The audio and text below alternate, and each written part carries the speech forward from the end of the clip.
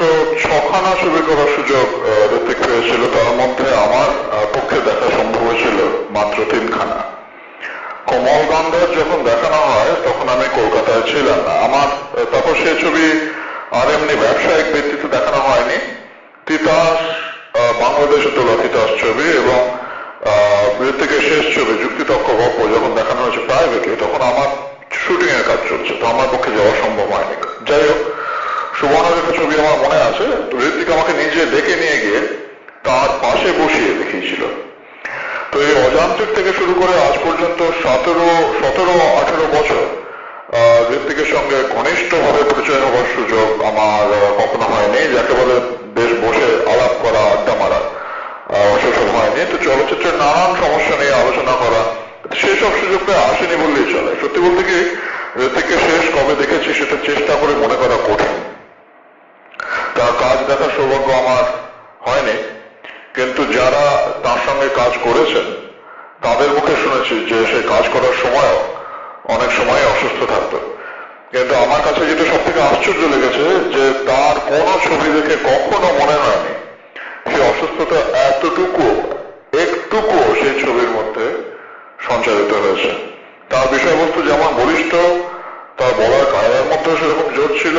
এটা একমাত্র সম্ভব হয় তখনই যখন একজন শিল্পীর মধ্যে তার বিশেষ শিল্পের আদব কায়দাগুলি একেবারে মজ্জাগত হয়ে থাকে। ঋত্বিকের মধ্যে সেটা ছিল, এবং সেই বিশেষ গুণটুকু না থাকলে আমার মনে হয় না মহৎ শিল্পী হওয়া যায়। ঋত্বিককে তাই খুব কাছাকাছি না জেনেও তার ছবি যখনই দেখেছি তখনই মনে হয়েছে যে একে আমি খুব ভালো করে চিনি এবং এ আমার খুব কাছের লোক।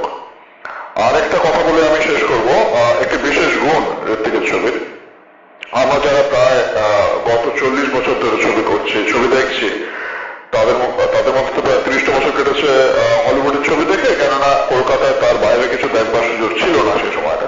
1930 বা 25 থেকে শুরু করে প্রায় 50, 55 বা 60 অব্দি আমরা হলিউডের বাইরে খুব বেশি ছবি দেখতে পারিনি। আমাদের সকলের মধ্যে তাই কিছু কিছু হলিউডের প্রভাব ঢুকে পড়েছে, কিন্তু ঋত্বিক এক রহস্যময় কারণে সম্পূর্ণ সে প্রভাব থেকে মুক্ত ছিল। তার মধ্যে হলিউডের কোনো ছাপ নেই। এটা যে কি করে হয়েছে সেটা এখনো আমার কাছে রহস্য হয়ে রয়ে গেছে।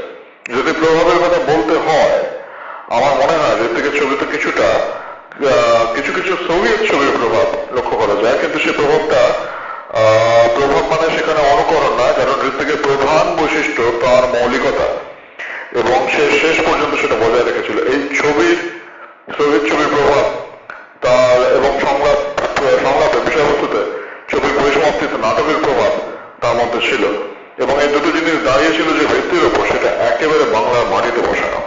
ঋত্বিক মনে প্রাণে বাঙালি পরিচালক ছিল, বাঙালি শিল্পী ছিল, সে আমার থেকে অনেক অনেক বেশি বাঙালি। আমার কাছে সেটাই তার সব থেকে বড় পরিচয়, এবং সেইটাই তার সবচেয়ে